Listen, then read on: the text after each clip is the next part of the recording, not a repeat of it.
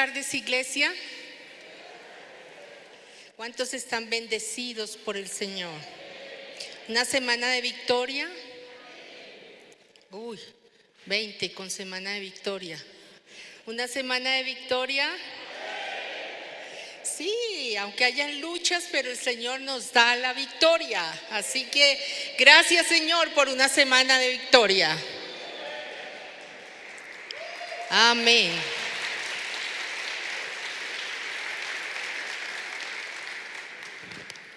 Quiero animarles para que continuemos en la memorización del Salmo 1, ¿sí? Ya esta semana pasada aprendimos versículo 1 y 2, ahora vamos a aprender versículo 3 y 4, ¿cierto? Quiero preguntar cuántos papás y abuelos hay acá. Esta es una iglesia de papás y abuelos, bienvenidos. Abuelas, sí, claro, mamás, abuelas, sí. Bueno, entonces ahora les pregunto lo siguiente y espero que levanten la mano con la misma efusión que lo hicieron ahorita. ¿Cuántos papás y abuelos y mamás y abuelas le enseñaron ya el Salmo 1 a sus hijos y a sus nietos? Se fueron los papás que habían y se fueron. A ver, papás y abuelos, es que esa es nuestra responsabilidad, enseñarle a nuestros hijos y a nuestros nietos la palabra de Dios. Así que queda de tarea esta semana. Siéntate con tus hijos, con tus nietos y enséñales que puedan al final del mes, toda la familia, podamos decir de memoria el Salmo 1. Memorizar la palabra es un ejercicio muy bueno para el espíritu y para el cerebro. ¿Amén? Bueno, ok, vamos a seguir con nuestro estudio del libro de Nehemías, que nos ha enseñado cosas tan interesantes, ¿verdad? Hemos visto cómo el pueblo de Dios tuvo que sufrir el cautiverio a causa de su pecado. Los babilónicos los llevan como prisioneros y destruyen a Jerusalén. Pero se levanta un líder, Nehemías, que viene a reconstruir el muro y las puertas quemadas. Y fue un trabajo muy arduo. Hemos visto que se tuvo que enfrentar a enemigos. Y entramos al capítulo 8 y el capítulo 9. Y vemos ya en estos dos capítulos algo muy interesante. Y es que no solo hay una reconstrucción física de muro y de puertas, sino que comienza a haber una reconstrucción espiritual. Viene una restauración espiritual para el pueblo. Y vamos a mirar en Nehemías capítulo 9, si quieren tener sus Biblias allí abiertas, en Nehemías capítulo 9. Lo hermoso, quiero decirles esto primero, lo hermoso de la vida cristiana es que no se trata de ser practicantes de una religión, sino de una estrecha relación de amor con Dios. El que pretende llevar su cristiandad como una religión está perdiendo su tiempo, o por lo menos se está perdiendo de lo mejor, y es tener intimidad con Dios. Yo me puedo acercar a mi Dios como mi Padre y puedo sentir su paternidad, su gran amor por mí. Yo me puedo acercar a Jesús como mi hermano mayor, como mi campeón, como mi héroe, como quien entregó su vida en amor por mí para darme salvación. Yo me puedo acercar al Espíritu Santo como mi ayudador, como mi consolador, como mi fuerza que está ahí para acompañarme. Yo puedo acercarme a Dios y sentirlo en una forma real. Dios es real y Dios quiere tener una amistad real con cada uno de nosotros. No debemos pensar nunca de que Dios es allá, un Dios lejano por allá en los cielos, allá más allá de la atmósfera, que intocable, no se puede saber mucho de Él.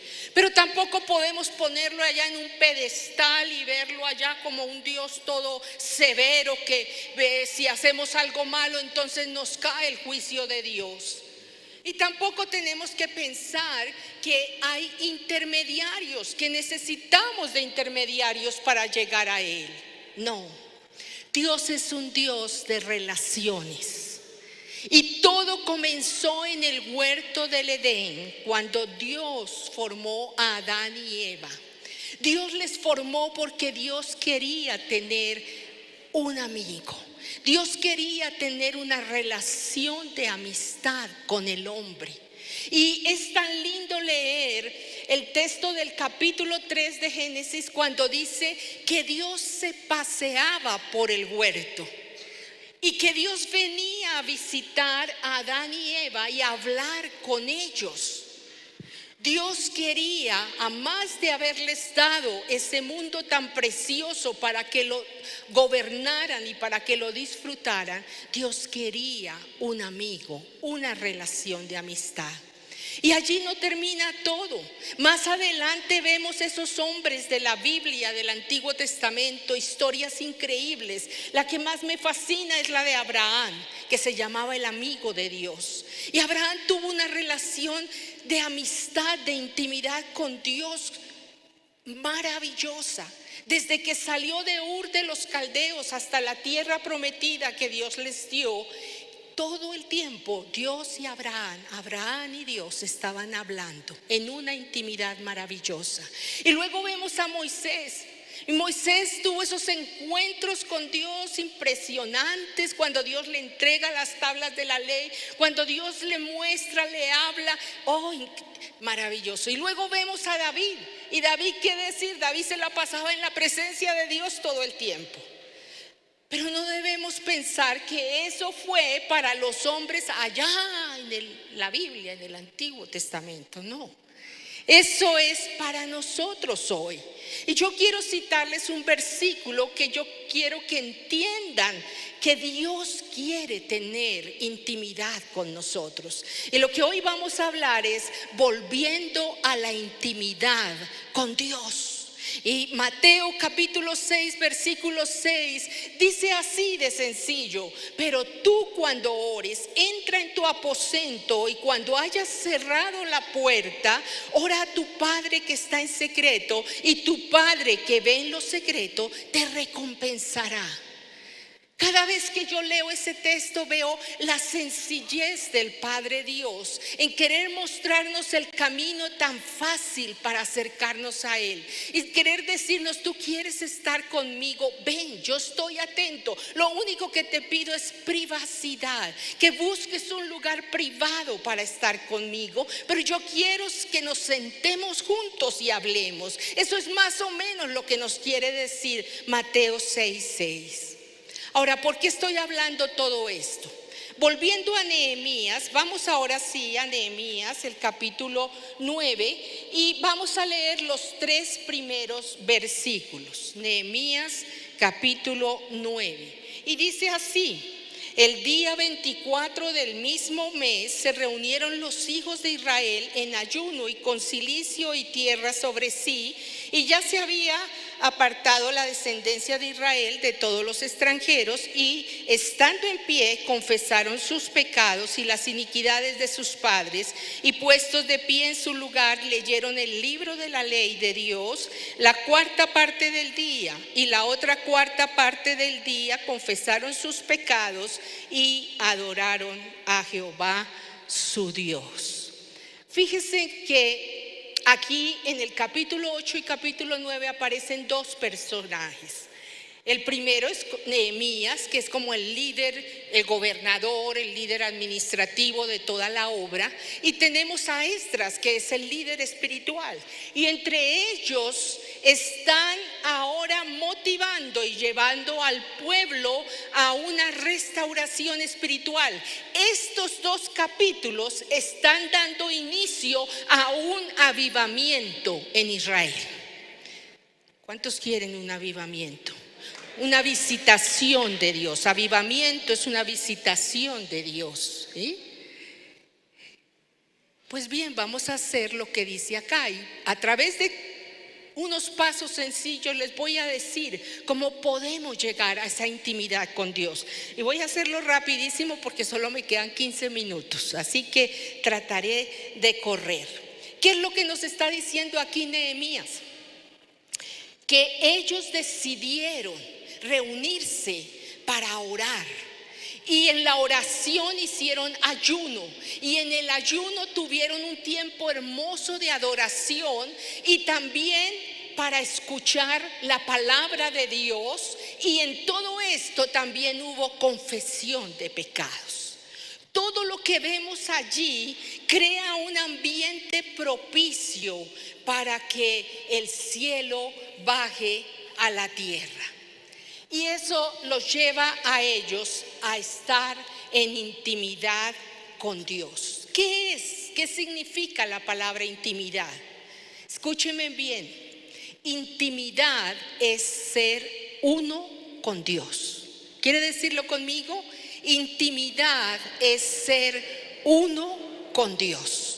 Miren lo que dice la Escritura y son palabras de Jesús. A mí me gusta mucho cuando predico citar la palabra de Dios, porque yo quiero que ustedes entiendan que lo que yo estoy hablando aquí no es lo que se me ocurre ni lo que en mis estudios teológicos aprendí, no. Yo les estoy hablando lo que Dios dejó en su palabra. Y Jesús dijo estas palabras en Juan 14 y dice: el que me ama, mi palabra guardará, y mi Padre le amará, y vendremos a él y haremos morada con él. Está diciéndonos que el que ama al Señor se acerca a Él, se acerca a través de la palabra, a través de la oración, de la adoración. Y dice: yo vendré, mi Padre y yo vendremos a Él y habitaremos dentro de Él. La oración, el estudio de la palabra, el ayuno, la confesión de pecados hace que el ambiente sea propicio para que la presencia de Dios descienda. Quiero decirles esto: somos seres espirituales, tenemos espíritu, alma y cuerpo. El espíritu es lo que Dios nos dio como un canal hacia Dios. Nuestro espíritu anhela hacer la voluntad de Dios. Nuestro espíritu desea encontrarse con Dios. Nuestro espíritu desea hacer lo bueno, obedecer a Dios. Pero también es bueno que sepamos que todos tenemos algo que se llama la carne o la naturaleza pecaminosa, que la heredamos desafortunadamente de nuestro padre Adán. Y esa naturaleza pecaminosa está ahí metida dentro de nosotros y siempre se opone, se resiste a buscar a Dios hacia lo bueno. En otras palabras, voy a decirles con este sencillo ejemplo. De pronto el pastor Silvio dice acá: el viernes hay vigilia. Y nuestro espíritu dice: uy, qué bueno, yo quiero ir a buscar de Dios, yo quiero ir a sentir la presencia de Dios, a cantar, a orar allá con los hermanos. Y nuestra naturaleza pecaminosa dice: uy, no, yo veo esa vigilia virtualmente aquí entre las cobijitas porque me da mucho sueño y mucho frío. Sí, nuestra naturaleza pecaminosa siempre se opone, se resiste hacia la búsqueda de Dios. Tu espíritu dice: quiero obedecer a Dios. Tu naturaleza pecaminosa quiere pecar. Sencillamente, ahí dentro de nosotros hay un deseo de pecar. Y esa la heredamos de nuestro padre Adán. Así que en esos momentos especiales de oración, de adoración, de ayuno, es cuando nuestro espíritu se puede expandir y se abre como un canal hacia Dios.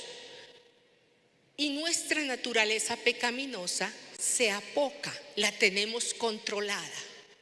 Así que vamos a aprender cómo tener intimidad con Dios. Y lo primero es: toma la decisión de buscar a Dios. ¿Qué es lo primero?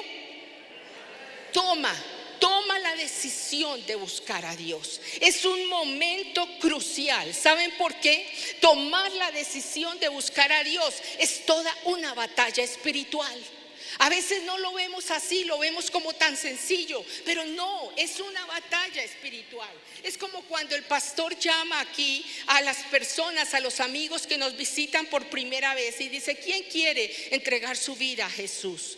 Ese es un momento decisivo y por eso debemos estar toda la iglesia en oración, porque esa persona, su espíritu quiere hacerlo, pero su naturaleza pecaminosa no quiere hacerlo.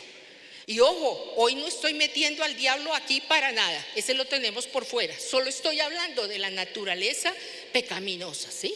Que es que algunos acostumbran a echarle la culpa al diablo de todo.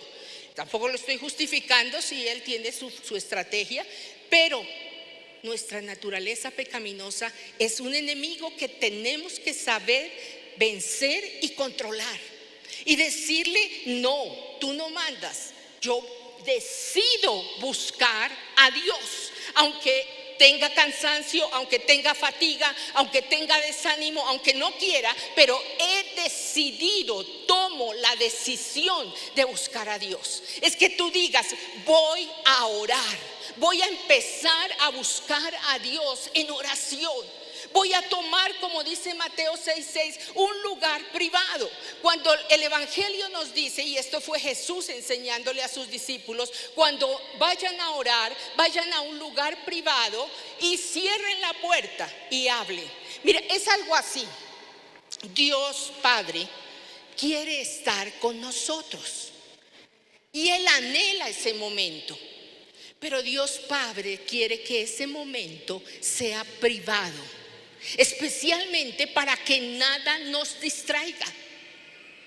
Porque hay personas que fácilmente van a orar y se distraen. Es muy difícil pretender orar con el televisor prendido. Es muy difícil pretender orar mirando los WhatsApp en el celular. Es muy difícil pretender orar con los niños ahí gritando en la sala. Tú tienes que buscar un lugar donde nada te distraiga, porque Papá Dios, en otras palabras, te lo dice así. Lo voy a poner en un contexto más sencillo. Papá Dios dice: cuando tú quieras hablar conmigo, yo estoy ahí, pero busca un lugar privado, que nada te interrumpa.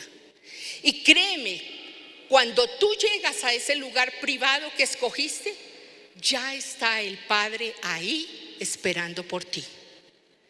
Y cuando tú llegas, te dice: hijito, siéntate acá, siéntate a mi lado. Soy todo oídos. Háblame, hablemos, porque orar es hablar. Hablemos.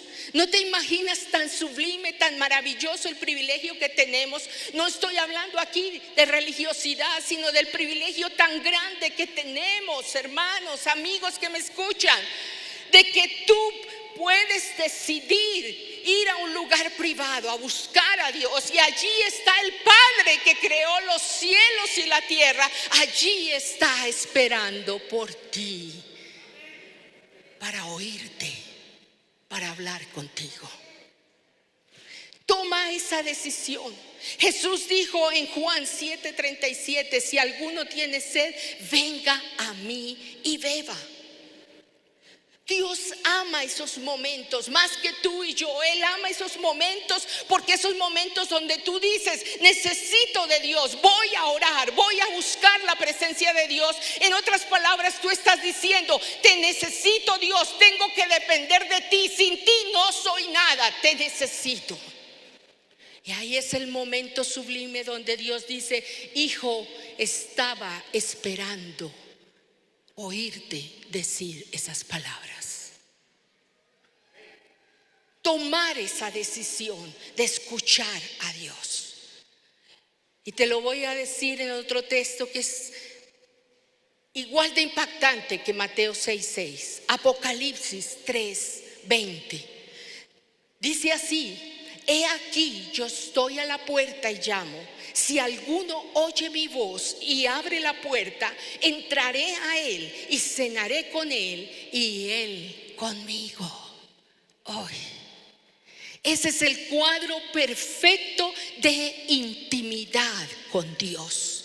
Dice, si alguno quiere venir, ahí está el Señor. Y Él dice, y yo te invito a pasar, y yo tengo mesa preparada para ti. Cena, quiero cenar contigo.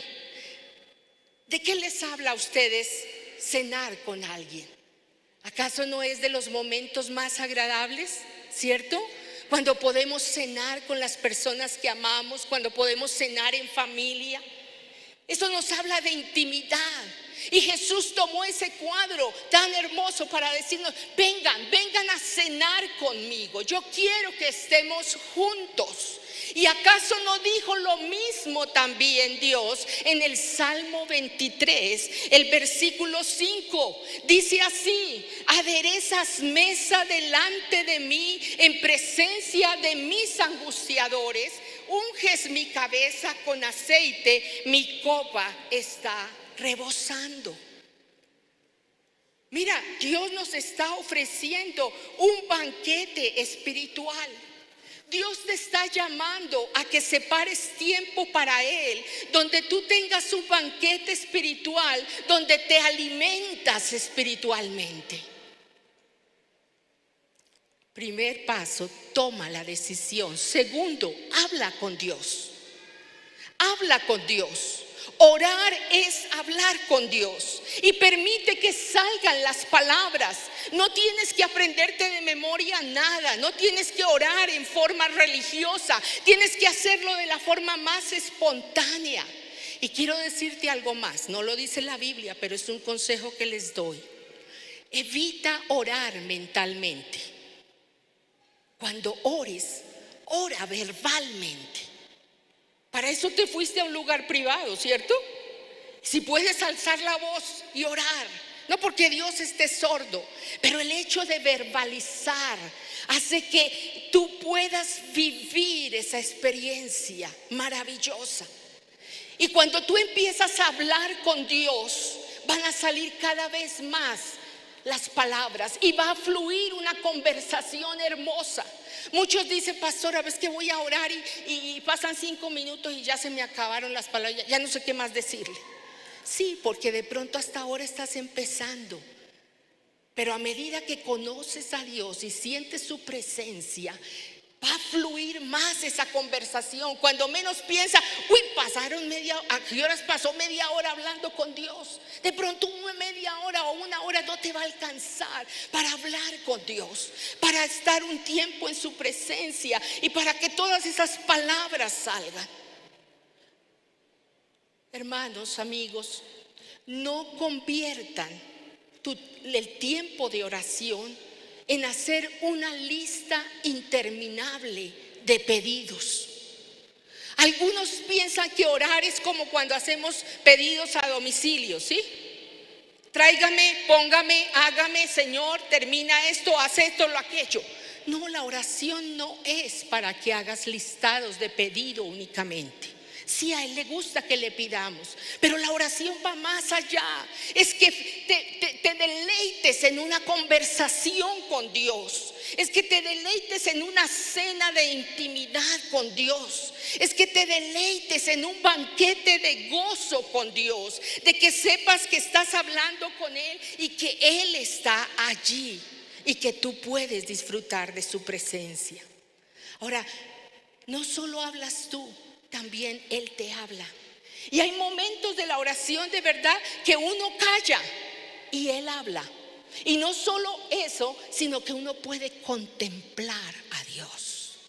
Como Juan escribió en el último libro de la Biblia, en la visión que él recibió en Apocalipsis 1 del 13 en adelante. Y Juan está diciendo vestido, él está viendo a Jesús, el Hijo de Dios, y dice, ahí está vestido de una ropa que llega hasta los pies y ceñido por el pecho con un cinto de oro. Su cabeza y sus cabellos eran blancos como blanca lana, como nieve, sus ojos como llama de fuego y sus pies semejantes al bronce bruñido, refulgente como en un horno, y su voz como estruendo de muchas aguas. Oh, tú puedes contemplar a Dios en tus tiempos de oración. Tal vez no lo ves en la forma física, pero sí puedes recibir la revelación de Dios de muchas maneras. Yo recuerdo hace muchos años, muchísimos años, yo estaba todavía estudiando en el Instituto Bíblico, donde fui a estudiar, y vivíamos en un cuarto, 4 estudiantes, así que no había mucho lugar privado para orar. Pero para mí fue fascinante ese tiempo, porque yo me metía en el closet. Por 2 años me metí en el closet a orar. Llevaba una linterna a las 5 de la mañana y mi Biblia, y me metía en el closet a orar. Y yo recuerdo que una mañana de esas sentí en mi corazón fuertemente que el Señor me decía: lee Apocalipsis 1, esta revelación que les acabo de leer. Y yo empecé a leerla y a leerla y a leerla. Yo me demoré allí, no exagero, más de una hora leyendo ese texto y llorando. Era que no lo podía leer porque no paraba de llorar. Yo sentía la presencia de Dios como nunca allí. Y yo veía a ese Jesús tan hermoso frente a mí. Hay personas que en los momentos de oración hasta pueden sentir el perfume de Jesús, el aroma de Jesús, el aroma de la presencia de Dios. Otros sienten un llanto inquebrantable, otros sienten un gozo inefable, otros reciben visiones, revelaciones, palabra profética, porque a eso nos ha llamado Dios. Si aquí hay cristianos de años escuchándome, yo les digo hoy: este no es un simple mensaje que te estoy dando de oración. Y tal vez algunos digan dentro de sí: yo ya sé orar. Te estoy hablando de entrar en un nivel de oración profundo, donde venga la palabra profética, donde vengan las visiones, las revelaciones. Pero para eso tienes que abrir tu espíritu a Dios. Tienes que crear la atmósfera como estaba sucediendo en Nehemías, para que venga un avivamiento a tu vida. El siguiente punto: el primero fue decisión, el segundo habla con Dios, el tercero tiempos de adoración. Volvamos ahí a Nehemías. ¿Qué nos dice que hicieron el pueblo? Fíjense ustedes en el versículo 5 en adelante. No voy a leer todos los nombres que aparecen ahí, que de pronto si alguien va a tener bebé y le interesa algún nombre de esos, ahí puede conseguirlo. Pero por ahora vamos al versículo 5. En la mitad del versículo dice que el pueblo se levantó a adorar a Dios. Y miren lo que dijeron: levantaos, bendecid a Jehová vuestro Dios desde la eternidad hasta la eternidad, y bendigas el nombre del Señor glorioso, alto sobre toda bendición y alabanza. Y dijeron: solo tú eres Dios, tú hiciste los cielos de los cielos, con todo su ejército, la tierra y todo lo que está en ella, los mares y todo lo que hay en ellos, y tú vivificas todas estas cosas, y los ejércitos de los cielos te adoran. Oh, qué lindos son los momentos de adoración. Los momentos de adoración son palabras de exaltación, son palabras de gratitud a Dios, de reconocerlo como Padre, como sustentador, como creador, como redentor, como Señor, como amigo. Es tomar ese lenguaje hermoso de exaltación y dárselo a Dios.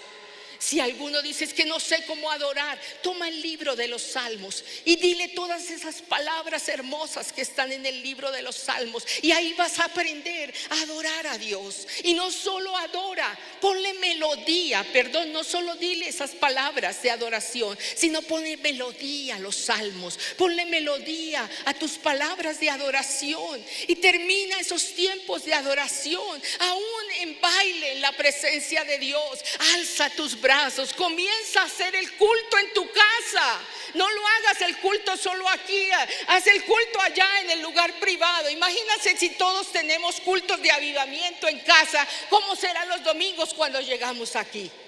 Venimos encendidos. Allá en tu casa, en tu lugar privado, nadie te está viendo. Bate tus manos, danza, da giros en la presencia de Dios. Y por qué no decirlo también, cae de rodillas delante de Él.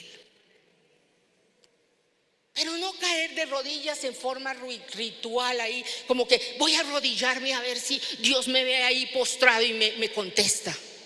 No, caes de rodillas porque no puedes soportar la presencia de Dios. Te derrites delante de su amor, de su majestad, y lo adoras. Y ahí estás de rodillas, adorándolo. Los tiempos de adoración bajan el cielo a la tierra. Y eso fue lo que hizo el pueblo en los días de Nehemías. En esos momentos de adoración es cuando Dios viene y toca tu vida. El otro punto es: toma estudio de la Biblia. Ahí vimos en Nehemías 8 cuando predicó el doctor Atilio, y ahora en el capítulo 9 vemos que oyeron la palabra de Dios. No leas la Biblia, estudia la Biblia. Hemos propuesto este mes de la Biblia y estamos proponiendo que vayan y compren su Biblia, no por vender Biblias, es porque tú tengas tu Biblia en físico y la abras en casa y tengas un encuentro con Dios, porque eso es lo que sucede cuando lees, cuando estudias la palabra de Dios. Tienes un encuentro con Dios, Él te habla, Él te alimenta, Él te ministra, y no solo eso, sino que aprendes a obedecer la palabra de Dios, lo cual te lleva a bendiciones y prosperidad. Dijo Jesús estas palabras en Juan 14:23: el que me ama, mi palabra guardará, y mi Padre le amará, y vendremos a él y haremos morada con él. Lo siguiente que vemos allí es que hay confesión de pecados. A más de orar, a más de adorar, a más de escuchar la palabra, hubo confesión de pecados. Siempre que tú te acerques a Dios, sencillamente vas a sentir que es necesario renunciar a lo malo y acercarte en santidad a Dios. Pero no por una imposición. No es que tú digas así en forma ritual: por mi culpa, por mi culpa, por mi culpa. No. Es que ahí en la presencia de Dios tú contemplas la santidad de Dios y empiezas a odiar el pecado. Es lo único que debemos odiar el pecado. Te huele feo el pecado, no quieres hacer lo malo, no quieres que nada dañe tu relación con Dios. Eso fue lo que José dijo cuando la mujer de Potifar lo estaba asediando: ¿cómo voy a dañar mi relación con Dios? Y salió corriendo, huyó del pecado, porque José tenía intimidad con Dios. Solo la intimidad con Dios te lleva a odiar el pecado, rechazar lo malo y confesar tu pecado. Pero confesar el pecado en arrepentimiento genuino, no esas oraciones frías: Señor, por si acaso yo te ofendí esta semana, te pido perdón. No, tú sabes en qué fallaste. Y es la oración de un corazón contrito que te lleva a decirle: Señor, yo mentí, perdóname, no debo hacerlo, reconozco mi pecado. Señor, yo estoy en pecados de inmoralidad. Yo quiero, Señor, ser libre de estas ataduras. Yo te necesito, yo renuncio a estos pecados. Es decir, al Señor, el esposo o la esposa que altercaron, que se pelearon, que se gritaron durante la semana, decir: Señor, reconozco que he hecho mal, te pido perdón, me duele, no debo hacerlo. Señor, necesito cambiar, ayúdame a cambiar. Y Señor, dentro de este cambio, tan pronto termine de hablar contigo, me voy a ir a buscar a mi cónyuge y voy a pedirle perdón. Esa es la confesión genuina de pecado. Y eso lo lleva los tiempos de intimidad con Dios. Y por último, los tiempos especiales como un ayuno. Dice que ellos se reunieron y ayunaron. Ayunar es dejar de comer por unas horas del día, o por un día, o por varios días, como el Señor te guíe. Pero el ayuno es un tiempo hermoso que quebranta la carne y que el espíritu se puede abrir hacia Dios. El ayuno no es hacer huelga de hambre a ver si Dios nos hace el milagrito. El ayuno es adoración. Ahora, si tú propones ayunar, es que dejas de desayunar. No que algunos por ahí que desayunan y luego que desayunan dicen ahora sí a ayunar. No, tú no desayunas y puedes dedicarle al Señor el desayuno. O puedes dedicarle al Señor también el desayuno y el almuerzo, y a las 5 o 6 te tomas algo sencillo como un caldito y dedicas ese día de ayuno a Dios, donde tu espíritu se va a abrir y se va a fortalecer en Dios y vas a estar en intimidad con Dios. Y no pongan de pretexto que trabajan y por eso no pueden ayunar. Volvamos a los tiempos de los primeros cristianos que trabajaban, ayunaban y en la noche se reunían a orar hasta altas horas de la noche. Esos fueron los tiempos de la iglesia donde yo crecí. Y esos tiempos fueron maravillosos. Eran cristianos genuinos. Volvamos a esos tiempos de Nehemías, que trabajaban con una mano, con la pala, y con la otra la espada. Y así edificaron el muro. Si Dios te llama a ayunar, el cristiano promedio debe por lo menos sacar un día de la semana para el ayuno. Es parte de llamar la presencia de Dios a tu vida. Yo recuerdo hace años atrás, muchos años también, todavía estaba soltera, y empecé a tener un tiempo donde como que me quería salir de la voluntad de Dios y estaba por ahí neciando. Mis padres me llamaron la atención varias veces, pero yo no quería entrar en razón. Ellos oraron por mí, pero yo estaba un poquito rebelde. Y en esos días nos visitó un gran evangelista, no sé si algunos lo conozcan hoy, se llamaba Gille Ávila. Ese gran hombre de Dios estuvo en nuestra iglesia. Algunos piensan que él es un evangelista gritón pentecostal, pero ese fue un hombre de Dios. Yo lo conocí personalmente, vivió en mi casa, un hombre de Dios. Y él nos habló del ayuno. Y yo dije, esta es la respuesta porque con mis fuerzas no he podido. Y yo me fui con 2 hermanas de la iglesia, 2 amigas que me acompañaron y nos fuimos a ayunar. No les voy a decir cuántos días, pero ayunamos muchos días. Mi carne se quebrantó. Yo sentí la presencia de Dios. Él hizo en mí como una transformación, así como si me hubiera metido en un horno, en una lavadora, y me hizo nueva persona. Yo salí de allí nueva.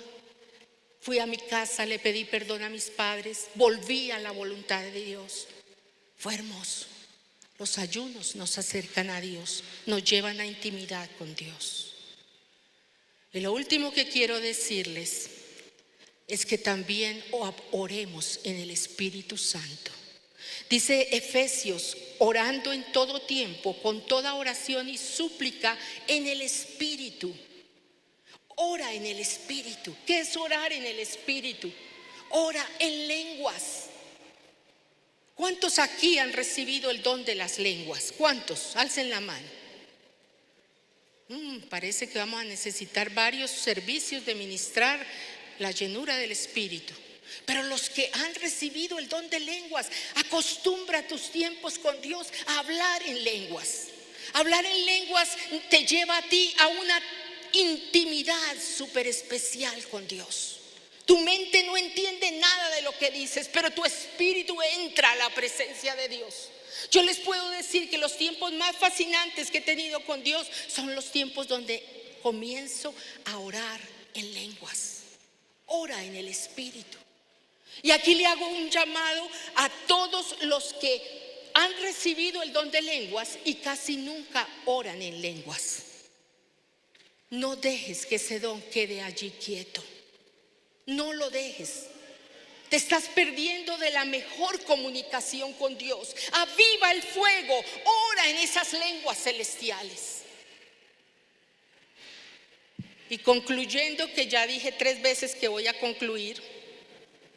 Así, tranquilo, así somos los predicadores, pero ahora sí voy a concluir. Vuelvo a las palabras de Jesús en Juan capítulo 7. Si alguno tiene sed, venga a mí y beba. El que cree en mí, como dice la Escritura, de su interior correrán ríos de agua viva.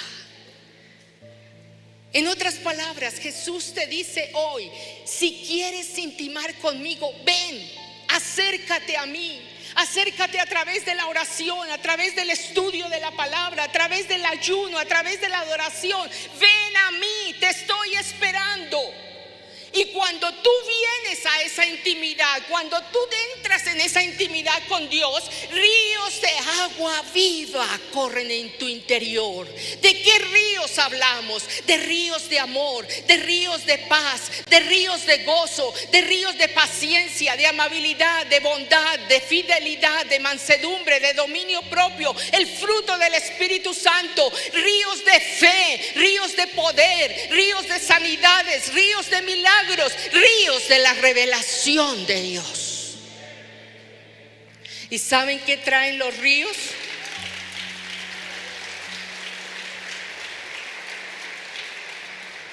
¿Saben qué traen los ríos? ¿Qué producen las corrientes de los ríos impetuosos? ¿Qué produce? Energía, luz.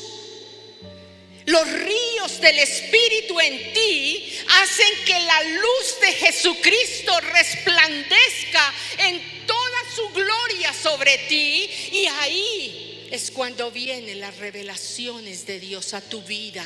Ahí es cuando Dios te lleva a la vida sobrenatural. Ahí es donde viene la palabra profética, el discernimiento de espíritus. Ahí es donde viene la gloria de Dios sobre tu vida. Ahí es donde el Señor te enseña sus misterios. Ahí es donde desciende la sabiduría de lo alto para que tú crezcas en ciencia, en toda arte, en creatividad. Porque si eres lleno del Espíritu Santo, serás un esposo, una esposa, un padre, un hijo bendecido por Dios, excelente. Pero serás también un profesional, donde vas a crear, donde vas a inventar, donde vas a impactar. Serás un empresario prosperado, serás un hijo de Dios que, aunque viva en esta tierra en medio de tanta dificultad, aprenderás a caminar en lo sobrenatural, en la intimidad con Dios.